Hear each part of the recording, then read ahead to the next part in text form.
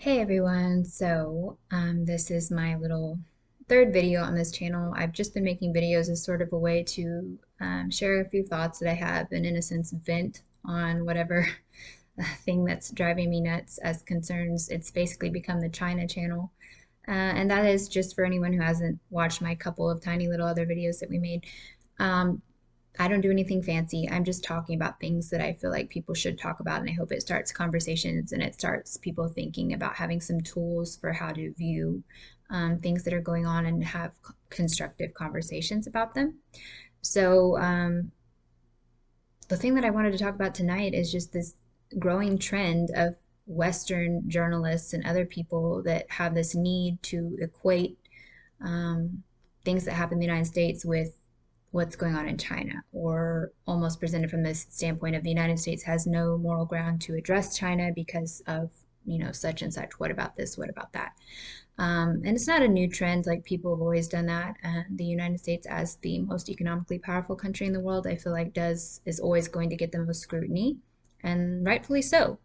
The thing that I love about America is that Americans are actually very quick to criticize our country and examine it and find its faults and bring them to the surface. And that's why we're having these constructive conversations, like relating to racial injustices and parts of our history that are stains, that are atrocious, and that we need to be having these conversations about addressing the parts of history that maybe we haven't talked about enough or have whitewashed, and having these conversations about injustice. So the thing I want to point out is that China is not at a point to have those type of conversations, not even close. Can't happen. And so that right there tells us that this type of need that people feel to kind of, perhaps because of the political climate, turn it into, oh my God, the United States is awful, like we're living in this tyrannical dictatorship. That's really insulting to people that are actually living under this system with the CCP. And it's incredibly naive. It's usually perpetuated either by people who are being paid by the Chinese government to do that, or by people who are really naive concerning the realities of what life in China is like and why things are the way that they are.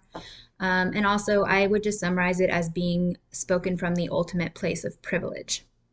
So, for us as Americans to be able to compare things that are going on here to what's happening to the Uyghurs, to the Tibetans, to the Southern Mongolians, to Hong Kongers, to religious groups in China, to any dissenters for that matter, is just incredibly ignorant and privileged.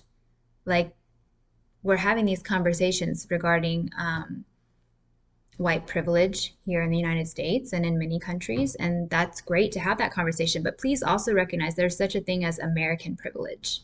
And while I love our ability to self-criticize, when it starts leading into this mindset that wants to say that our sins are equal in a sense, or that our system is just as bad and just as broken, that is not reality. We do live in a broken system. Every system is broken, but the thing that makes the system superior is that there is this level of transparency, and it's not perfect, and there are a lot of issues here in the United States, but we can have this conversation, and I can put this video on YouTube, and I can talk to people publicly about this or protest, and I don't have to worry about my family members getting thrown in jail or in a concentration camp as retaliation for what I say.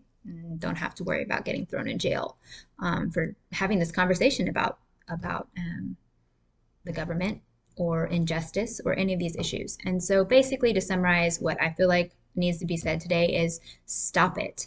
To all those Western journalists who are so intent on like I said, I don't want to get into politics, but perhaps for political reasons, just presenting the United States in a certain light. It's not about the United States. Like, yes, the United States is the one that's having to address the CCP because we're the one that's powerful enough to do it. But it shouldn't be an American issue. And I would just point out, as someone who's spent the last decade living in China, I heard about the Uyghur atrocities from a Chinese official, from multiple Chinese officials, from constantly getting stopped because my husband looks like he's Uyghur. Um, we were constantly stopped and harassed by law enforcement, and we heard about these policies before they were ever on American news or being addressed by American politicians. And it's taken years of hard work from Uyghur activists and from others to bring these atrocities to light and get the United States to deal with them. So that's another point that needs to be remembered is the United States should lead the charge against China because they're powerful enough to do it, but it should be the entire international community addressing these atrocities. And once again, maybe another topic for another video, but um, this is just the most horrific in a long string of human rights abuses since the founding of the CCP. People have been oppressed and suffered just constant atrocities, and so that needs to be kept in mind as well.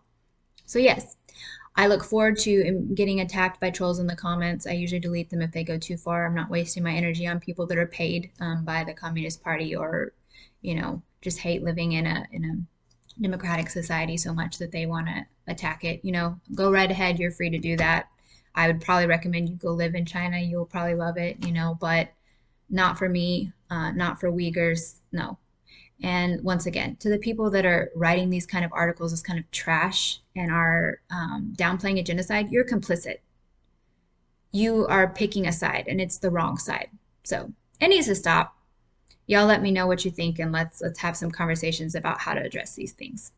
Have a good night.